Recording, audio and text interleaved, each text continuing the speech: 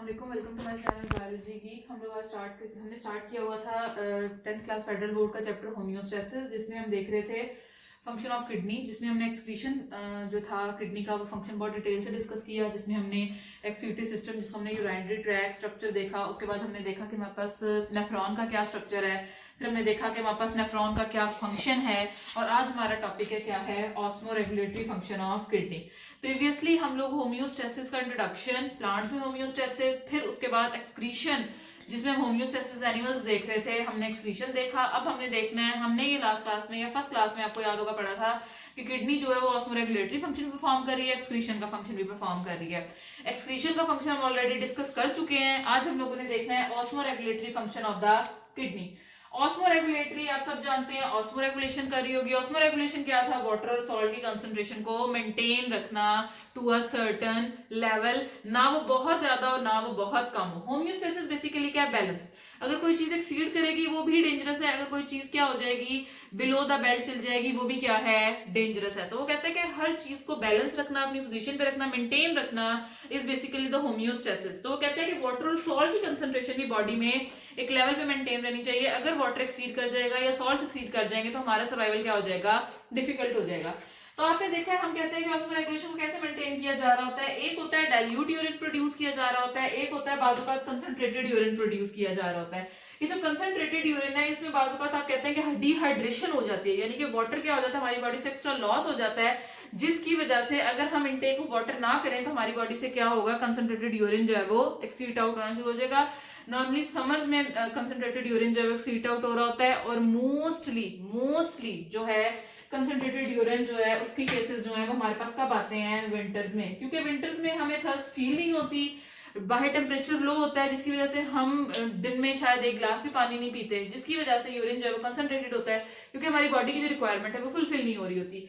Summers में normally हमारा urine जो है वो डाइल्यूट होता है। क्यों डाइल्यूट होता है? क्योंकि हम एक्सेस ऑफ वाटर ले रहे होते हैं, जिसकी वजह से एक्स्ट्रा जो है हमारे पास वाटर रिलीज आउट हो रहा होता है। तो हम कहते हैं कि हमारे पास जो डाइल्यूट यूरिन है उसके अंदर मोर वाटर होगा, उस यूरिन के अंदर लेस क्या होंगे? सॉल्ट्स होंगे, और कलर क्या होगा उसका? व्हाइट होगा। अब वो कहता है अगर हमारा ब्लड डाइल्यूट है, यानी कि ब्लड के अंदर वाटर की कंसंट्रेशन क्या है? ज्यादा है, तो क्या होगा? क्योंकि हमारी बॉडी को इतना वाटर नहीं चाहिए, मैंने आपसे कहा होम्योस्टेसिस बैलेंस है, अगर चीज ज्यादा होगी तो भी नुकसान, कम होगी तो भी नुकसान, इसको यहाँ पे होना चाहिए। वो कहता है जब वाटर ज्यादा होगा ब्लड के अंदर तो किडनी क्या करेगी? मैक्सिमम वाटर को क्या करेगी?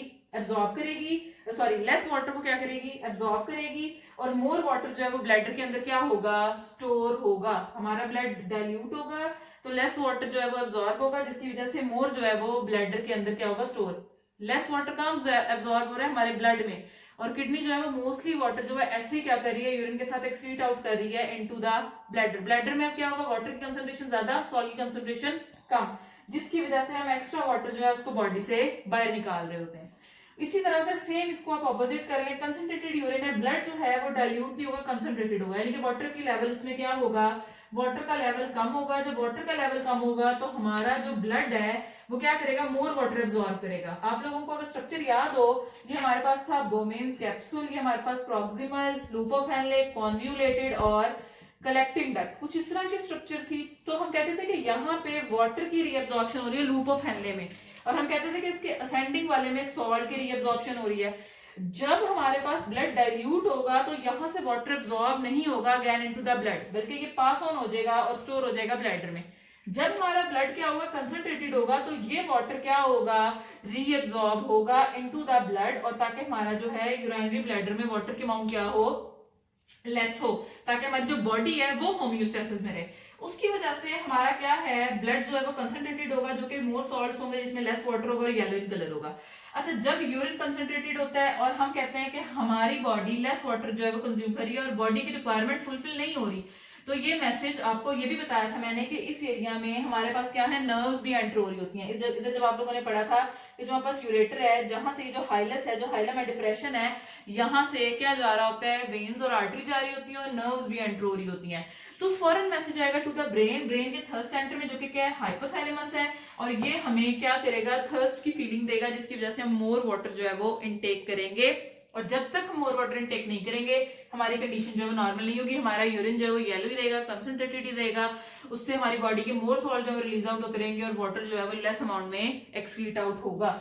ये था all about the osmoregulatory function. Excretory function आप ऑलरेडी बहुत डिटेल से देख चुके हैं। वो कहते हैं कि हमारी जो किडनी है वो एक्सक्रीशन कर रही है, ऑस्मोरेगुलेशन कर रही है, इसके साथ साथ हमारी किडनी ने पीएच को मेंटेन किया हुआ है, कंपोजिशन ऑफ ब्लड प्लाज्मा को मेंटेन किया हुआ है और ब्लड प्रेशर को क्या किया हुआ है, मेंटेन किया हुआ है। अगर आपने मेरे प्रीवियस लेक्चर सुने हैं और समझे हैं तो आपको बहुत अच्छे तरीके से ये बाकी फंक्शंस भी इसके समझ आ जाएंगे। जैसे मैंने पीएच की बात की, आप जानते हैं कि हमारे पास जो वाटर है वो न्यूट्रल है। वाटर की पीएच क्या है हमारे पास 7 है। अगर मैं ब्लड की पीएच की बात करूं तो ये हमारे पास 7.4 है। अब वाटर के अंदर हाइड्रोजन भी है और हाइड्रोक्सिल आयन भी है और आप जानते हैं कि वाटर बफर सॉल्यूशन के तौर पे काम कर रहा होता है। अगर ब्लड की पीएच जो है एसिडिक होगी तो हाइड्रोक्सिल ग्रुप रिलीज होना शुरू हो जाएंगे ताकि उसको क्या कर दिया जाए, बेसिक कर दिया जाए। अगर हमारा ब्लड क्या होगा मोर बेसिसिटी की तरफ जाएगा तो वो फिर हाइड्रोजन रिलीज करके उसको फिर क्या कर देगा, नॉर्मल लेवल पे ले आएगा। कंपोजिशन ऑफ ब्लड प्लाज्मा में अगर हमारा ग्लोमेरुलस प्रॉपर्ली फंक्शन कर रहा है तो वो आरबीसीज, प्रोटीन्स और जो वो इसेंशियल आयंस, न्यूट्रिएंट, सॉल्ट्स वगैरह, वाटर जो कि इसेंशियल है हमारी बॉडी को, रिक्वायरमेंट ऑफ द बॉडी है, तो क्या कर देगा, रिलीज आउट कर देगा, अगेन उसको ब्लड में भेज देगा। तो ये ब्लड प्लाज्मा की कंपोजिशन करता है। ऑस्मोरेगुलेशन हमने अभी देखा, एक्सक्रीशन को भी हमने अभी डिस्कस किया। क्लियर हो गया है? अगर इसमें कोई कंफ्यूजन, कोई बात आप लोगों को ना समझ आई हो तो आप लोगों ने लाजमी कमेंट सेक्शन में बताना है। आपको भरपूर कोशिश करूंगी कि मैं हर एक के क्वेश्चन को आंसर करूं। चैनल को लाइक, शेयर, सब्सक्राइब कर दें, वीडियो कंप्लीट देखा करें ताकि कोई भी आपकी क्वेरी है तो वो क्लियर हो जाए। Thank you.